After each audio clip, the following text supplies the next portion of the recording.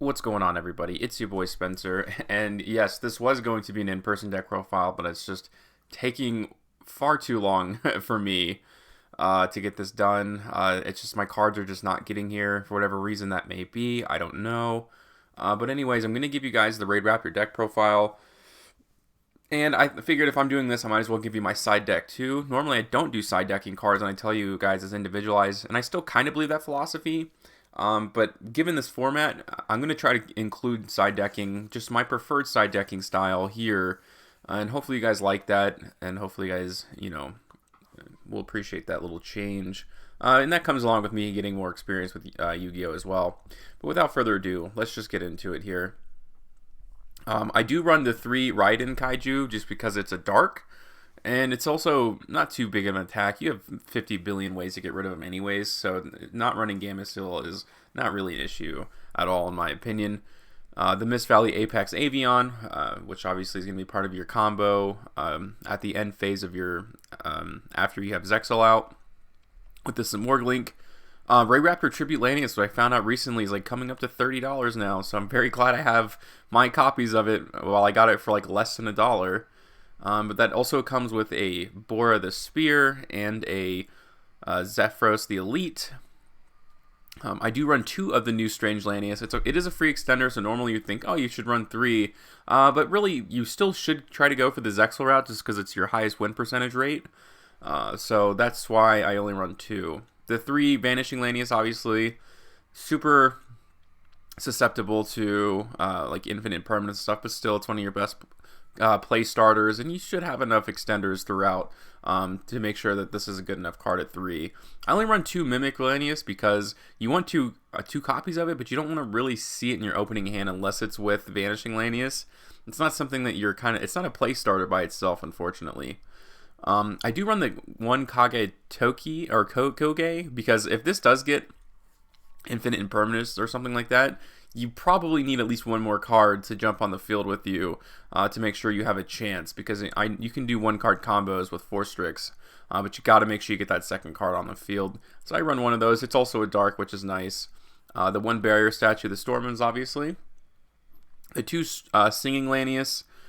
I run a lot of these at 2 because they're all hard once per turn, so you got to be careful with that. You don't want 1 of them because you like it so much, but you don't want to see it too much in your hand. You want to see multiple copies. That's why a lot of these are at 2, including Raider's Wing. Maybe you run this at 3 because you can send it with your Rusty Bardige, but still.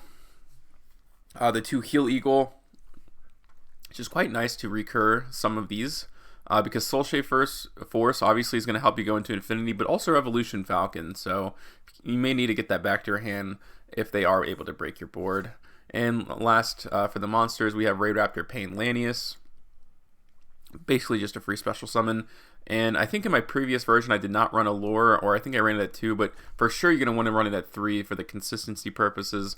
This has helped the deck tremendously, and I'm pretty happy with where my ratios are at now when it comes to monsters and a lure, all that kind of stuff.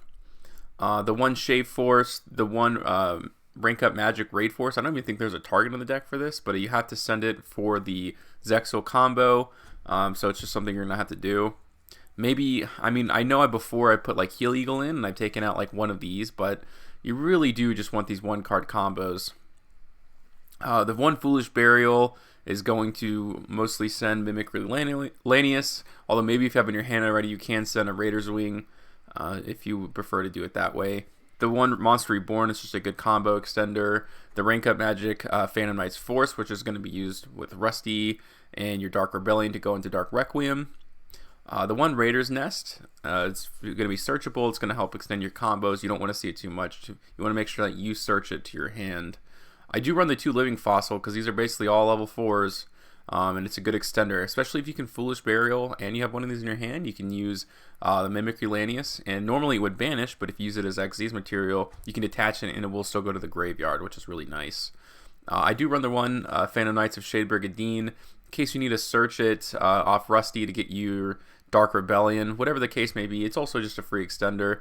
And also the 2 cards you can also search with your Rusty Bardige is Fogblade and Knight's Claw. Onto the extra deck, I have the one Ultimate Falcon in case someone plays a blowout card against you, like a Lightning Storm for your back row, or I don't know, Regeki or something, because that's a pretty bad card to play against. You can rank up into Ultimate Falcon as kind of a backup plan, and most likely still have the negate depending on what they use.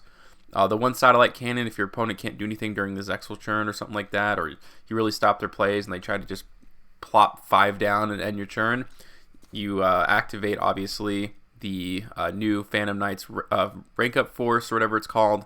You go into Satellite, they can't respond, and he clears their board. The one Beatrice, obviously, is going to help you send your Rapid Force to the graveyard. The Infinity is just a free negate. The Revolution Falcon, sometimes going second, can get you the OTK, which is really great. The one Dark Requiem is one of the best cards in the game, to be honest with you. It's like an Appaloosa that doesn't lose attack and can also gain attack for the most part. The Dark Rebellion, which sometimes could come up when it comes to attack, you never know, but mostly you're going to be using it to rank up, right? The one Utopia, which is obviously going to go into a Zexal. The 2 Forstrix, this is really non-negotiable because sometimes you need both of them to do your full combo. The Simorglink, which I talked about earlier, the 1 Rusty Bardige, and yes, I do run 2 Forstrix. Now, you could take one of these out and use it for a flex spot. That's going to be up to you guys. Maybe you want to add a Tornado Dragon, maybe another generic rank 4 that you guys like. It's a free combo starter and searcher for your rank up cards going second in case they do break your board. So that's something you'll have to experiment with. Maybe you don't like Ultimate Falcon and you just really want to double down on the whole idea of the deck. I don't know. This is just the ratios that I run. Now, going on to this, I do have the Gamma package with the frame driver. The reason and the way you kind of side this in, because it does look a little stuffed, right? Well, normally I'll take out the Barrier Statue, I'll take out the Mist Valley, because these are very much like responding to your card, so your opponent's card. So if they have already established a board, these cards really don't do anything at all, for the most part. You could probably also take out Fogblade and Knight's Claw, all those kinds of things, because they're all like going first type of cards. So that's where the siding kind of works. I do run the 2 Lancia. It's just a popular card in the format, and I like it too. The 1 Harpy's Feather Duster to go along with 2 Twin Twisters. Since you don't have that much flexibility, like versus, let's say you're playing Sky Strikers and you can side in like 9 hand traps, you got to run really powerful cards, and one of those is going to be Dark Ruler No More. So it's going to be matchup dependent for sure. Obviously, the tough side decking works. But I guess the idea is that you're going to break your opponent's board using Dark Ruler No More, set up your own control, and then basically it's like you were going first in the first place. So that's why I have it there. And also evenly matched. It seems to be getting better and better in this format. Not going to play against Dragon Link, obviously, but there's so many different control strategies, and this card can be majorly influential in it. So that's going to do it for today's deck profile, guys. Be sure to check out the gameplay video, and thank you guys for sticking with me during this hard study week that I have going on here. Promise to get back to very, very regular content starting next week after my last finals on Wednesday, and thank you for support. Other than that, guys, hope you have an absolutely wonderful night.